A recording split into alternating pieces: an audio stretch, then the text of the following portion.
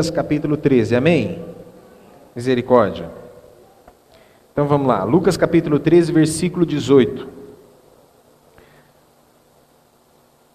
O Senhor Jesus está explicando a respeito da parábola e ele diz assim: Então Jesus perguntou: Com que parece o reino de Deus? Com que o compararei? É como um grão de mostarda que um homem semeou em sua horta.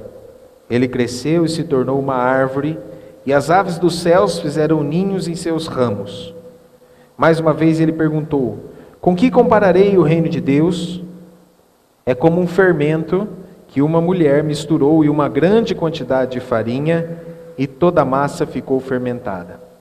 Depois Jesus foi para as cidades e povoados e ensinava, prosseguindo em direção a Jerusalém. Alguém lhe perguntou: Senhor, serão poucos os salvos? Ele lhes disse: Esforcem-se para entrar pela porta estreita, porque eu lhes digo que muitos tentarão entrar e não conseguirão. Quando o dono da casa se levantar e fechar a porta, vocês ficarão do lado de fora, batendo e pedindo: Senhor, abre-nos a porta. Ele, porém, responderá: Não os conheço, nem sei de onde vocês são. Então vocês dirão: Comemos e bebemos contigo, e ensinaste em nossas ruas. Mas ele responderá: Não os conheço, nem sei de onde são vocês. Afastem-se de mim, todos vocês que praticam o mal. Ali haverá choro e ranger de dentes. Quando vocês virem Abraão, Isaque, Jacó e todos os profetas no reino de Deus, mas vocês excluídos. Pessoas virão do Oriente e do Ocidente, do Norte e do Sul, e ocuparão os seus lugares à mesa no reino de Deus. De fato, há últimos que serão primeiros, e primeiros que serão os últimos. Amém? Vamos orar mais uma vez? Pai, fala com a gente. Assim como o Senhor falou através do louvor, através das canções, através das orações, do texto bíblico no começo, a gente pede, Deus, que o Senhor fale com a gente, fale conosco mais uma vez. Que o nosso coração seja uma terra fértil para a semente da Tua palavra.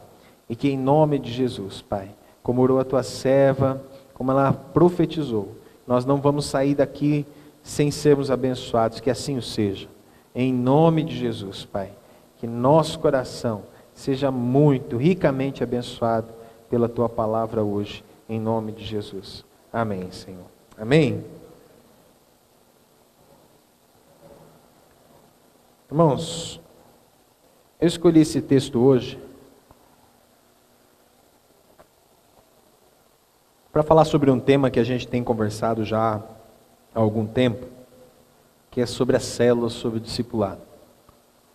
E se você está anotando, você pode escrever assim: o preço do discipulado. Jesus, ele começa a discursar nesse texto aqui, ele fala sobre o reino de Deus, ele mostra duas parábolas, a parábola do fermento e a parábola do grão de mostarda. E ele compara o reino de Deus com essas duas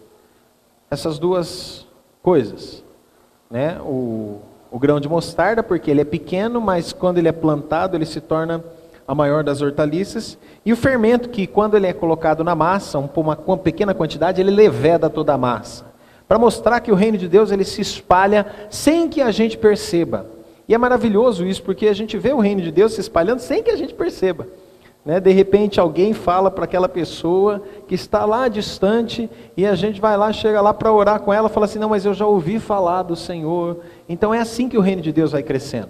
O reino de Deus, ele vai crescendo sem que a gente saiba. É uma revolução, mas uma revolução silenciosa. Jesus, então, ele passa a falar sobre o reino, e aí depois ele começa a caminhar em direção a Jerusalém, sem muita pressa, ele vai tranquilo. E aí, muitas paradas ele fazia, e uma dessas paradas alguém chega para ele e diz assim: Senhor, são poucos os que são salvos? E era uma pergunta muito irrelevante. em vista da confusão religiosa que imperava naquela época. Havia uma confusão religiosa muito grande naqueles tempos. A ideia era que o povo de Israel podia fazer o que fosse, podia fazer o que fizesse na vida, mas ele seria salvo. Por quê? Porque ele era povo de Israel. Então, todo mundo caía na gandaia, todo mundo fazia o que der lá na telha, adorava os ídolos, se prostravam diante de ídolos. Tudo que desse na telha eles faziam, e eles achavam que ia ser salvos. E essa pergunta vem de uma forma muito forte. Senhor, serão poucos os que vão ser salvos? Então o povo de Israel achava que por causa da sua linhagem, eles iam ser salvos. Eu vou abrir um parênteses aqui. Deixa eu dizer uma coisa para você. Filho de crente não é crentinho não. Tá? Aquela história, filho de peixe, peixinho é. Não é não. Se você não ensinar o seu filho no caminho que ele deve andar, o inferno é o lugar dele. Então, eu quero te exortar a você ensinar o seu filho. A você dizer para ele, olha, anda no caminho do Senhor, ensina a palavra para ele, ora com ele, ensina a Bíblia, para tempo com o seu filho, porque o responsável pela educação cristã do filho são os pais. A igreja dá as ferramentas, mas quem ensina são os pais. Por quê? Porque ele há de convir comigo que ele passa muito mais tempo com você do que na igreja. E mesmo que ele passasse muito tempo na igreja, mesmo assim a responsabilidade de educação não é dos pais. A mesma coisa na escola, a responsabilidade de educar os filhos não é da escola. A escola ensina. Quem educa é a família. Por isso que nós temos tantos bandidos hoje aí, porque as pessoas transferem a educação dos filhos para outros setores da sociedade. Quem tem que dar educação é o governo. Não. Educação quem dá são os pais. O governo ensina. As escolas ensinam, a igreja ensina, mas quem educa o filho, muito obrigado, boa noite, bom dia, boa tarde, é a família. É a família, são os pais. Nós somos os responsáveis para ensinar os nossos filhos. Por isso que a gente está falando de pensar laranja, porque é uma parceria entre igreja e família. E aí a família, né, vermelha, a igreja amarelo, junto da laranja, que é o Pense Laranja. A gente tem que pensar em todo o tempo, como que a gente ensina os nossos filhos. Esse povo de Israel, eles achavam que iam ser salvos porque eles eram filhos de Deus. Nós somos parte do povo de Deus, eu sou da tribo de Judá, eu sou da tribo de Benjamim, eu sou da tribo de Issacar, eu sou de... Por causa da tribo, eles achavam que iam ser salvos. E não é assim que a coisa funciona. Não é assim que a coisa funciona. E Jesus vem falar o seguinte para eles. Jesus, ele não responde a pergunta diretamente. O que ele fala? Ele fala o seguinte, ele conclama que quem faz aquela pergunta e os outros que estão com ele, a se assegurarem de quê? De fazer parte desse contingente, por menor que seja, ou maior que acabe sendo.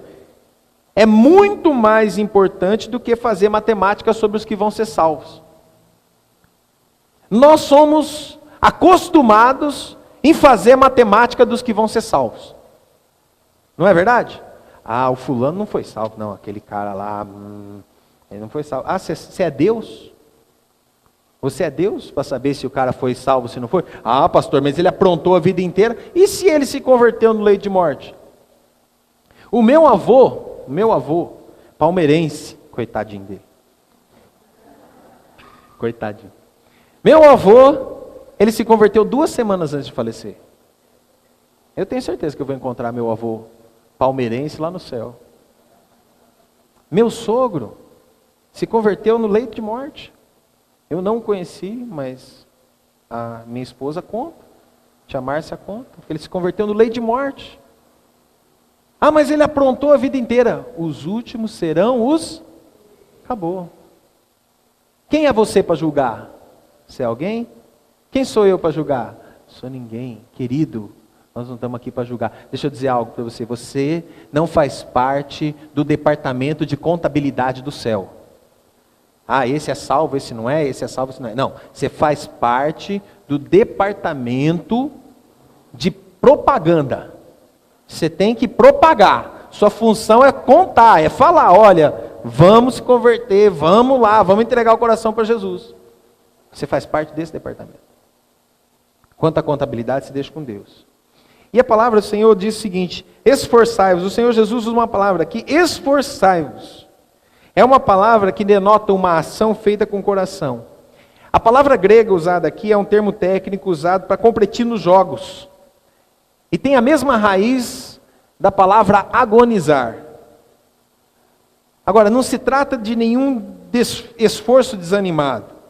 E a palavra preço que está aí, não significa que a gente tem que pagar alguma coisa pela nossa salvação.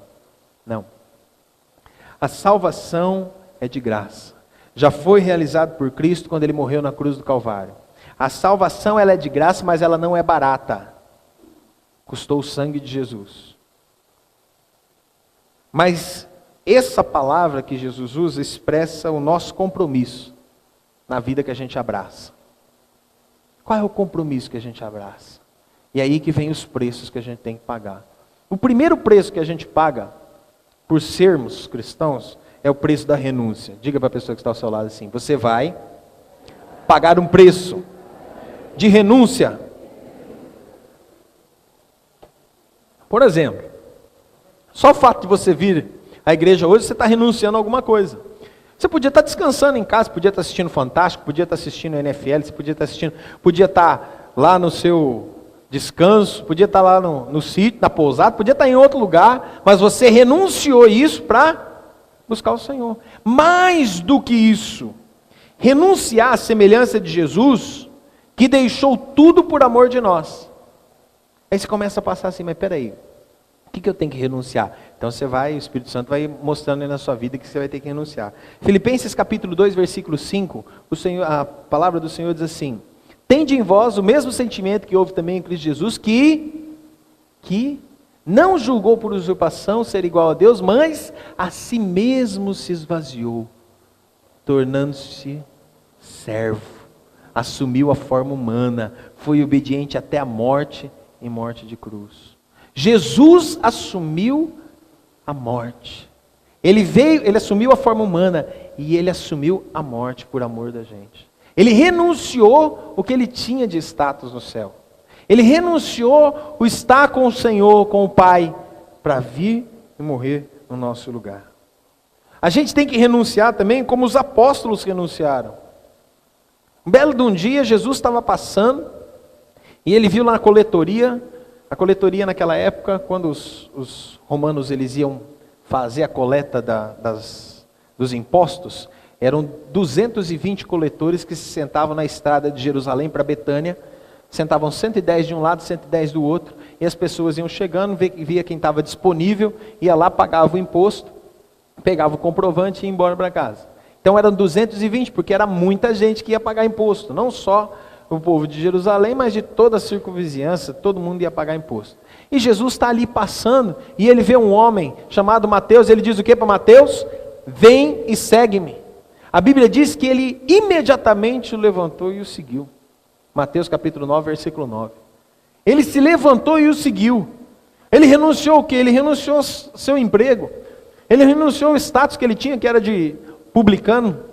Ele renunciou isso para seguir o Senhor. E quantos tantos renunciaram coisas maravilhosas para seguir a Jesus? Maravilhosas aos nossos olhos. Mas aos olhos do Senhor, como diz o apóstolo Paulo, eu considerei esterco para poder ganhar a Cristo.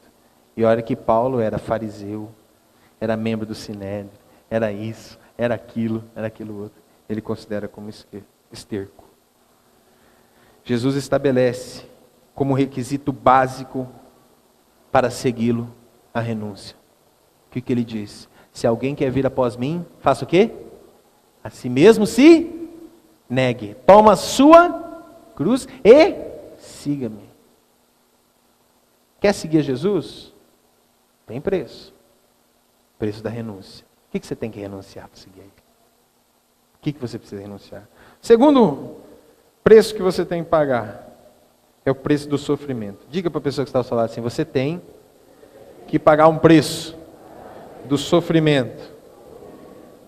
Olha só que coisa interessante. Quando a gente fala de sofrimento, a gente não está querendo ser masoquista aqui, dizendo que você vai ter que dormir em cama de prego, não é nada disso. Olha, nós estamos ensinando que não é necessário o sofrimento para a nossa salvação, mas é necessário o sofrimento para o nosso aperfeiçoamento. Agora, Deus envia sofrimento para a gente? Não, a gente faz isso sozinho. A gente não precisa de Deus para sofrer. A gente se vira, não é verdade?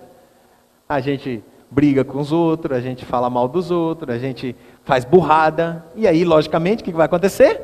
Sofrimento na nossa vida, não é verdade? Então nós não precisamos de Deus para sofrimento, mas Deus usa os sofrimentos da nossa vida para quê? Para nos ensinar. Então a gente quer reconhecer que os que são salvos em Cristo sofrem. Olha só o que diz Filipenses capítulo 1, versículo 29. Filipenses 1, 29. Deixa eu abrir lá para você. Filipenses capítulo 1, versículo 29, diz o seguinte: pois a vocês foi dado o privilégio de não apenas crer em Cristo, mas também de sofrer por Ele. Ei, a gente quer crer em Cristo, mas sofrer? Pastor, esse negócio aí, sei não, hein? Sabe o que o apóstolo Paulo diz? Ele diz lá em 2 Coríntios o seguinte: todos os que quiserem viver piedosamente em Cristo Jesus serão perseguidos. Perseguidos por quê? Por causa da nossa fé. Isso gera sofrimento? É claro que gera sofrimento. Olha só o que diz Colossenses 1, 24. Vai um pouquinho para frente aí, ele diz o seguinte, olha lá.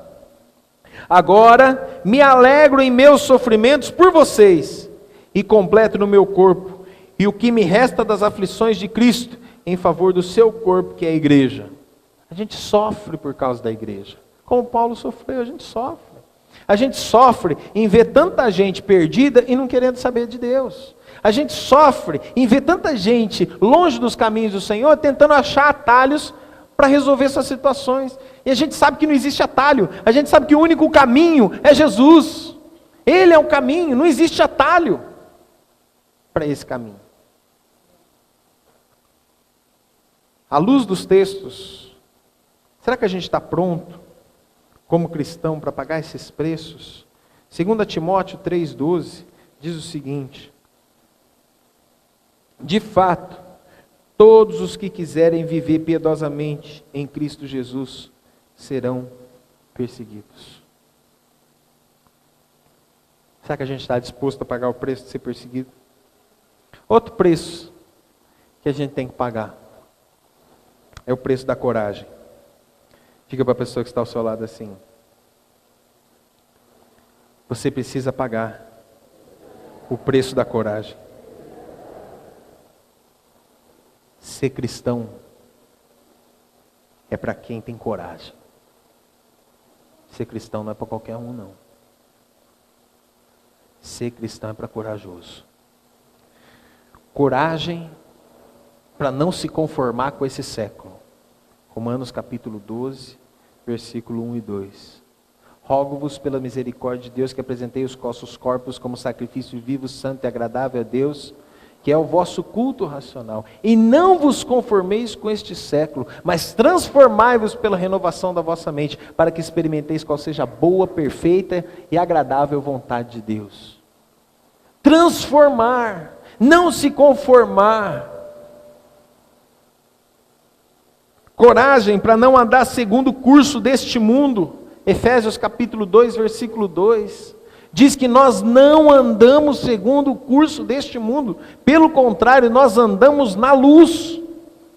Gente, não é fácil a gente nadar contra a maré. Não é fácil a gente ir contra os pensamentos que regem esse mundo. Não é fácil. Não é fácil. Por quê? Porque hoje você não é conhecido no mundo, a não ser pelo seu número. Ou o número do seu RG, ou o número do seu CPF. Você não é conhecido pelo seu nome, você não é conhecido pela sua história. Agora, na igreja de Deus você ganha um nome, na igreja de Cristo você ganha uma história. As pessoas te conhecem pelo seu nome, as pessoas te conhecem pela sua história. E olha que coisa incrível, lá em Apocalipse diz que o Senhor não vai chamar a gente pelo número, Ele vai chamar a gente pelo nome. Sabe por quê? Ele te conhece pelo seu nome. pelo seu nome. E mais, diz o texto bíblico que ele vai te dar um nome. Um nome que só você e ele vão conhecer.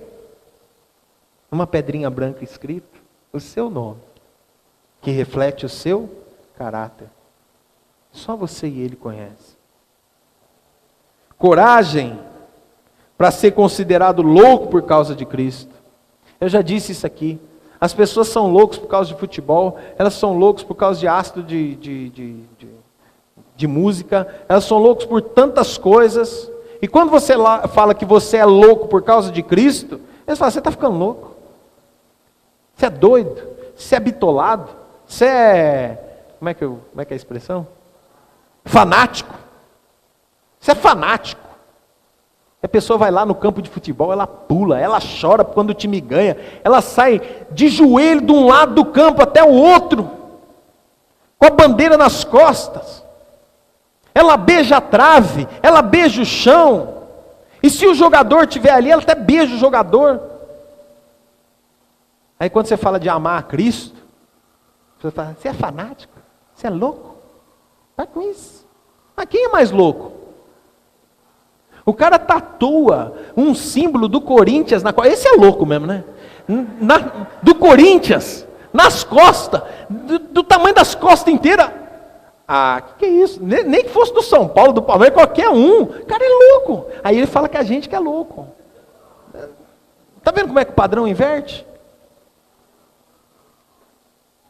É necessário coragem para aceitar a Bíblia como única, infalível regra de fé e prática. Eu vou fazer o que está aqui, na palavra. É preciso coragem para fazer isso. É preciso coragem para dizer, Jesus Cristo é o meu Senhor. É preciso coragem para ser santo em todo procedimento, é preciso. É preciso coragem para ser sal da terra, e é preciso coragem para ser luz do mundo. No reino de Deus, queridos, não há lugar para tímidos e não há lugar para medrosos. Você pode ler em Apocalipse capítulo 21, versículo 8. No reino dos céus não entrarão os medrosos. Então o reino de Deus é para quem tem coragem. Para quem tem coragem para declarar. Quarto lugar, o quarto preço que a gente tem que pagar é o preço da perseverança. Diga para a pessoa que está falando assim, você precisa perseverar. Amém? Quantos que a gente conhece que começou bem a carreira cristã e hoje está frio, está apagado, está longe, está indiferente, está vivendo no mundo, voltou para o lamaçal do pecado? Quantos que a gente conhece? O cristão é aquele que, em meio aos embates mais ferrenhos, ele ainda persevera em seguir a Cristo. Ele sabe em quem ele crê. E mesmo que as águas tumultuem e os rios transbordem, ele confia no Senhor. As tempestades, como as crianças cantaram, vão e vêm, elas vêm, queridos.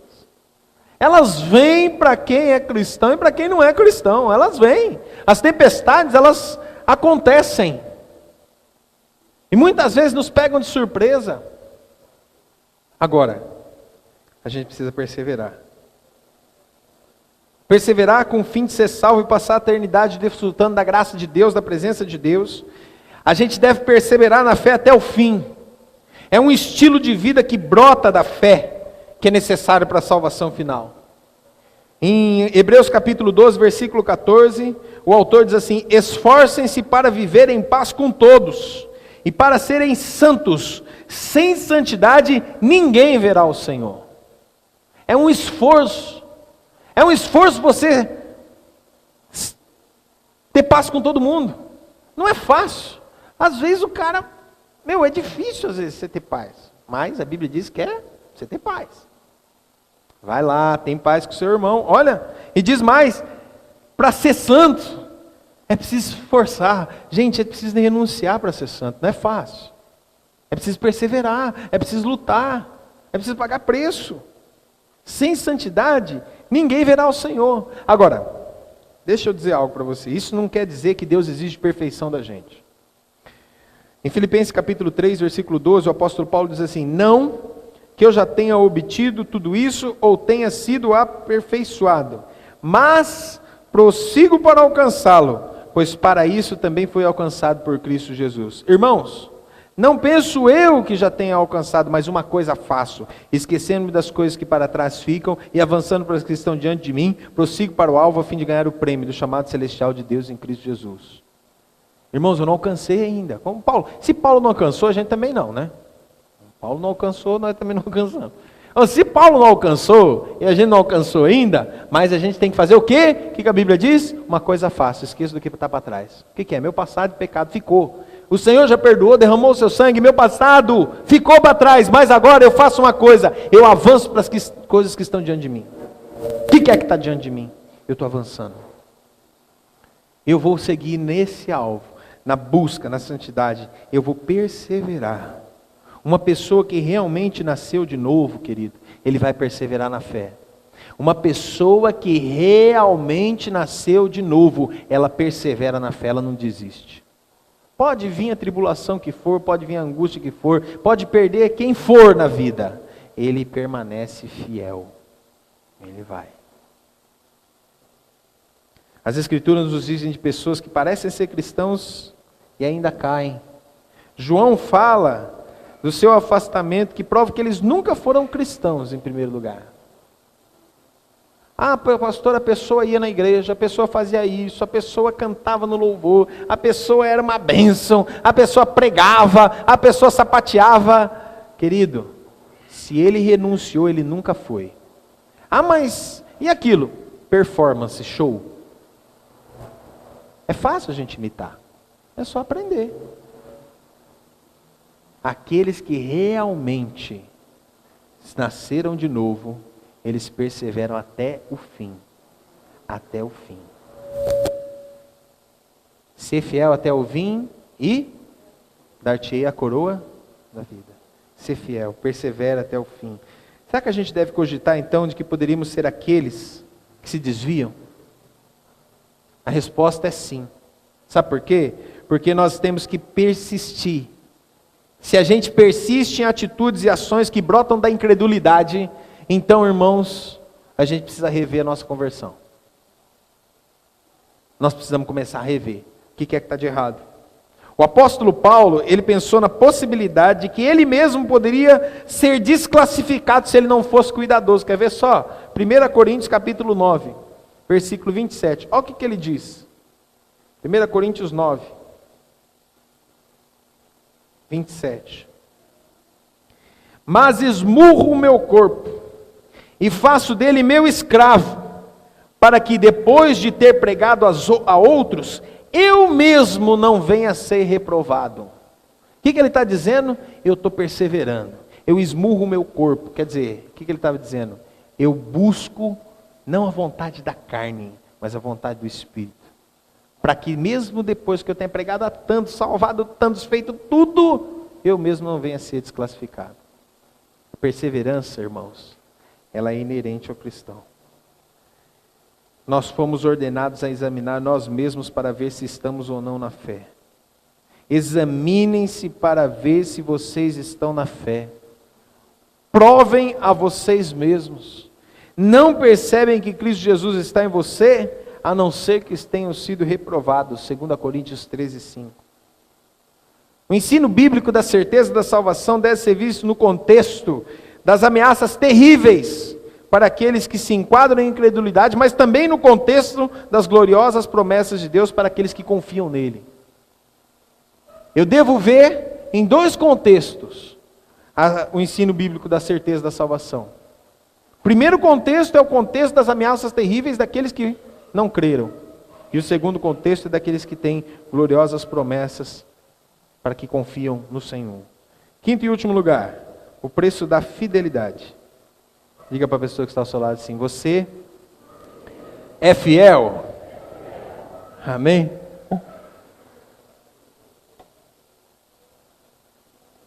E ser fiel aqui não é pertencer àquela torcida do timinho preto e branco aí. O preço da fidelidade é o quinto e último preço.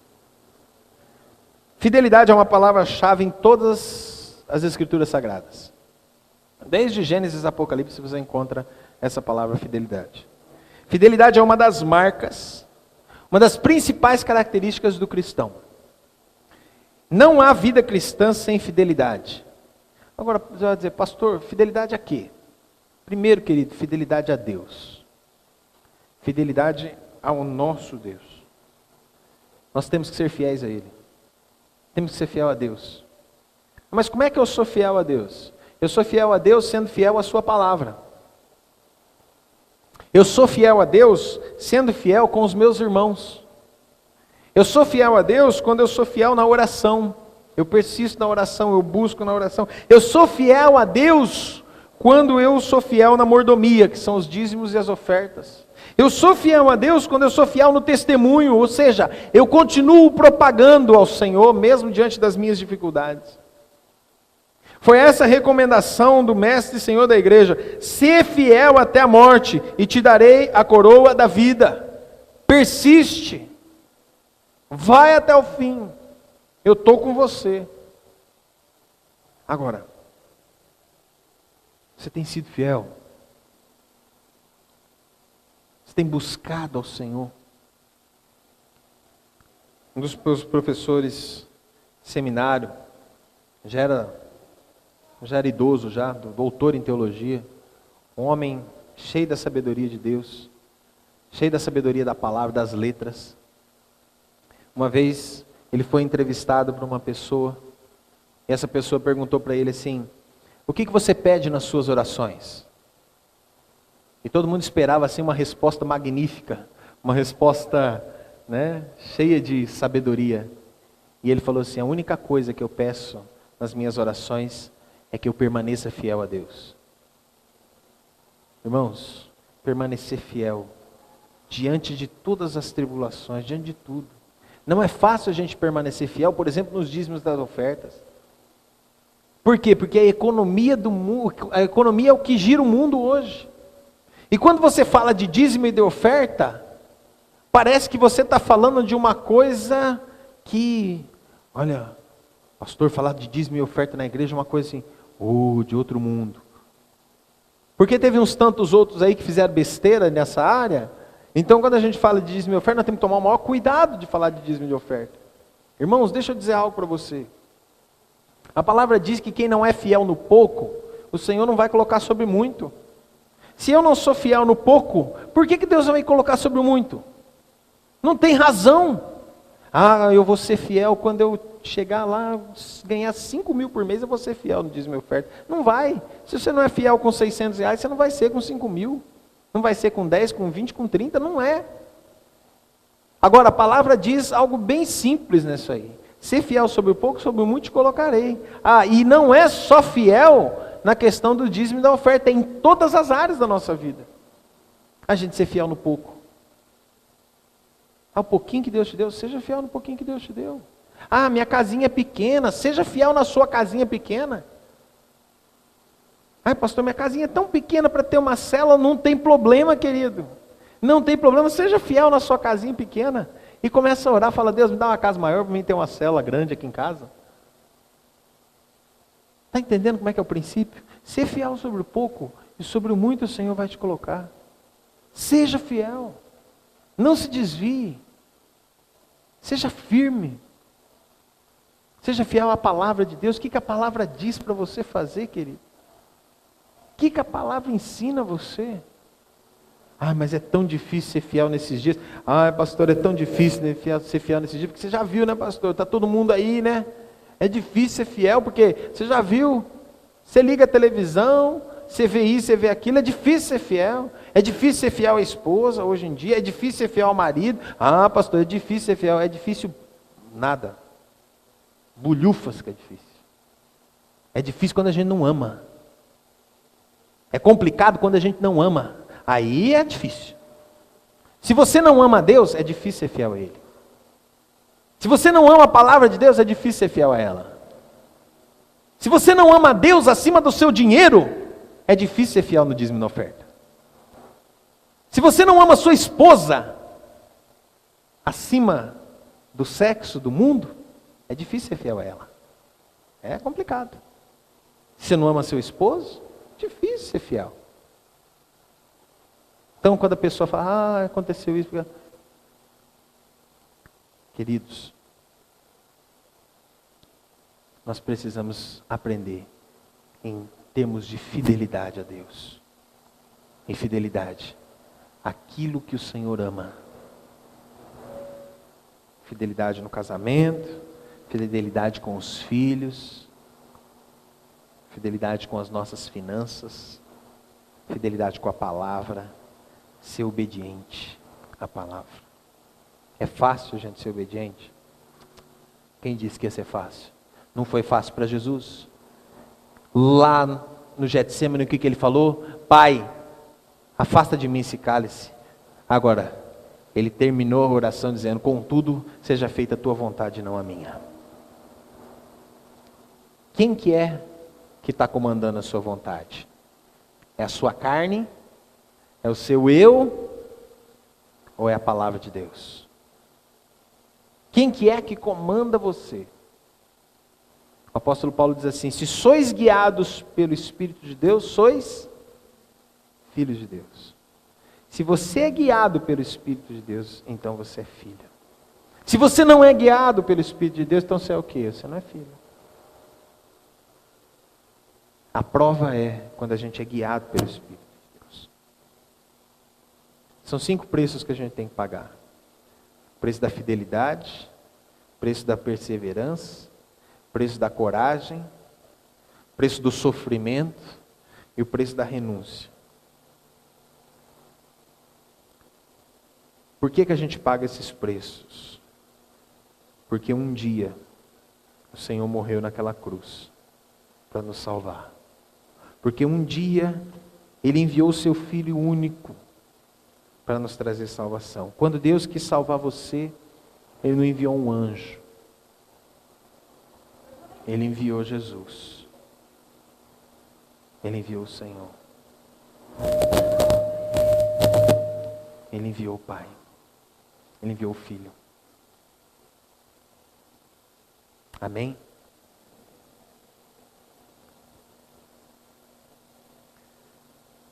Senhor, serão poucos os salvos?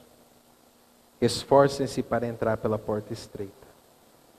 Porque eu lhes digo que muitos tentarão entrar e não conseguirão. Quando o dono da casa se levantar e fechar a porta, vocês ficarão do lado de fora pedindo e batendo. Senhor, abre-nos a porta. Ele, porém, responderá, não os conheço, nem sei de onde vocês são. Mas, Senhor, comemos, bebemos contigo e ensinaste nas nossas ruas. Não vos conheço. Em outro texto, o Senhor Jesus diz assim, que muitos chegarão dizendo, Senhor, em teu nome expelimos demônios, falamos novas línguas, em teu nome curamos, profetizamos, em teu nome, Senhor, ressuscitamos mortos. Não vos conheço. Eu tenho certeza absoluta de que o Senhor falou com você nessa noite. De alguma forma, Ele falou com você. Talvez seja para exortá-lo, quanto a você ficar vigilante com relação à sua salvação. Talvez seja para que você tome uma posição definitiva e radical. Mesmo que tenha que pagar todos esses preços. Você diz assim, não, eu vou pagar o preço da renúncia, eu vou pagar o preço do sofrimento, eu vou pagar o preço da fidelidade, eu vou pagar esses preços que estão aqui, eu vou pagar. Eu estou disposto. Ou então serve para você dizer assim, não, esse preço é muito alto para mim. Não dá para mim pagar isso. Eu não vou conseguir. É melhor que você seja sincero com você mesmo. E aí a gente entra na última fidelidade, que é a fidelidade com a gente mesmo. Irmão, você pode mentir para seu pai, para sua mãe, para o seu parente, para o seu vizinho, para sua esposa, para os seus filhos. Você pode mentir para quem for, mas para Deus você não mente. Sabe que coisa interessante? Para terminar, eu vou encerrar com essa história. Um belo de um dia, Jacó a mãe dele, Rebeca, ficou sabendo que o pai ia abençoar o irmão mais velho, Esaú. Ia dar a bênção era algo inerente a uma herança. Então a terra seria dividida quando o pai dava a bênção, e era assim que acontecia naquela época. Não tinha nada escrito, era tudo falado. E ela ficou sabendo, então ela aprontou uma história para ludibriar o esposo, que já estava cego. Então, ela vestiu Jacó com peles de carneiro, porque o irmão dele era muito peludo, e preparou lá um banquete para o pai comer. E o pai foi, então, Jacó entrou na tenda do pai, e o pai disse assim: quem é? Ele falou: sou Esaú, teu filho. Aí ele fala assim: ah, vem cá, meu filho. Aí ele chega, passa a mão nas mãos de Jacó, e vê que elas estavam peludas. Fala: ah, as mãos são de Esaú. A voz é de Jacó, mas as mãos são de Esaú. Vem cá, meu filho, para que eu te abençoe. E ele abençoa. Ele acabou de receber a bênção, saiu correndo, o irmão chega. E aí: pai, vem aqui, cadê a tua bênção? O pai tremeu na base, falou assim: mas eu acabei de dar a bênção.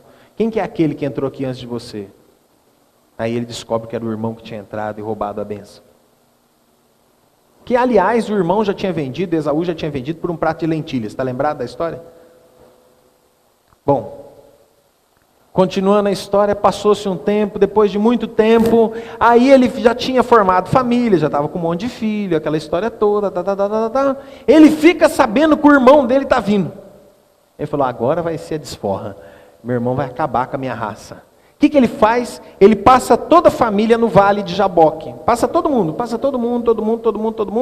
Aí ele fica sozinho do lado de cá lutando. E ele luta com um anjo até o amanhecer. Quando chega no amanhecer, o anjo via que não podia com ele, toca na junta da articulação da coxa, nessa junta que a gente tem aqui, e ele cai. Mas antes dele cair, ele agarra o anjo e fala assim: eu não vou te deixar se você não me abençoar. O anjo vira para ele e faz a mesma pergunta que o pai tinha feito quase 40 anos antes. Ele diz assim: qual é teu nome? Sabe o que ele responde? Eu sou Jacó. Por que para o pai ele respondeu que era Esaú e para o anjo ele respondeu que era Jacó? Não tem como a gente mentir para o Senhor. O Senhor sabe quem a gente é. Vamos ficar em pé, vamos orar?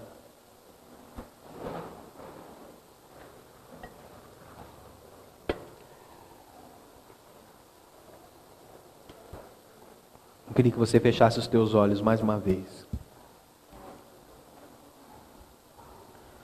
O Senhor te trouxe aqui, não foi por acaso, querido. O Senhor te trouxe aqui para trazer uma palavra para você e mudar a sua história, mudar o contexto da sua vida. E eu não estou aqui para ludibriar você dizendo que a vida com Jesus ela é fácil, ela é tranquila, que você não vai ter perseguição, não. A vida com Jesus tem um preço a ser pago. Mas não existe outro caminho. Onde os discípulos do Senhor, o Senhor Jesus começou a pregar e dizer que era necessário que os discípulos, aqueles que o seguissem, comessem da sua carne e bebessem do seu sangue. Uma alusão à ceia que ele instituiu depois. Só que as pessoas não entenderam isso e muitos discípulos começaram a ir embora. E então Jesus vira para os 12 e pergunta para eles o seguinte: vocês querem ir embora também?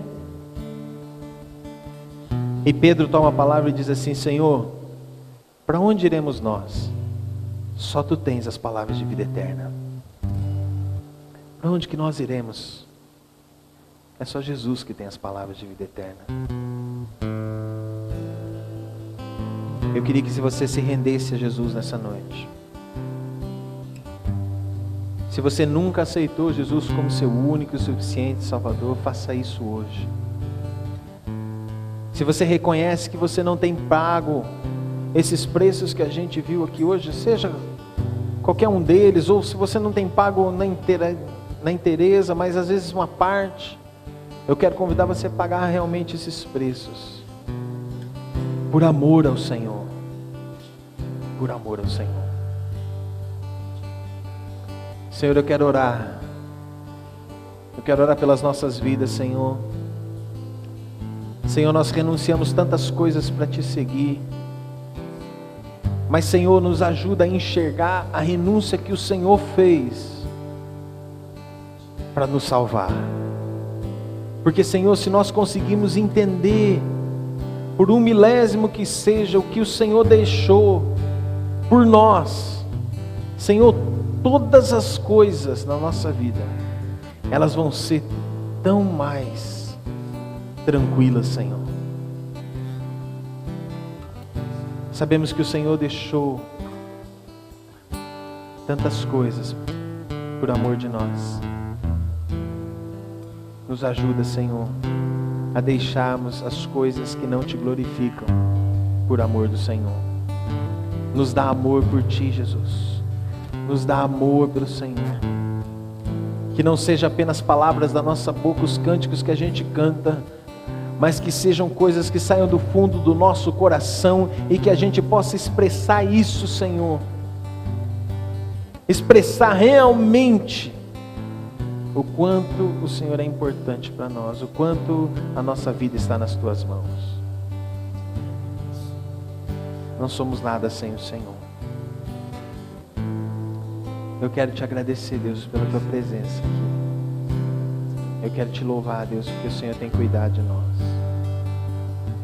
Que o Senhor nos abençoe nessa noite. Em nome de Jesus. Em nome de Jesus. Amém. Amém? Diga para o irmão que está ao seu lado assim: está disposto a pagar o preço? Aleluia! Dá um abraço no teu irmão. Deus te abençoe em nome de Jesus. Que o Senhor te abençoe, que o Senhor te guarde, que o Senhor faça resplandecer o seu rosto sobre ti e tenha misericórdia de ti. Em nome de Jesus.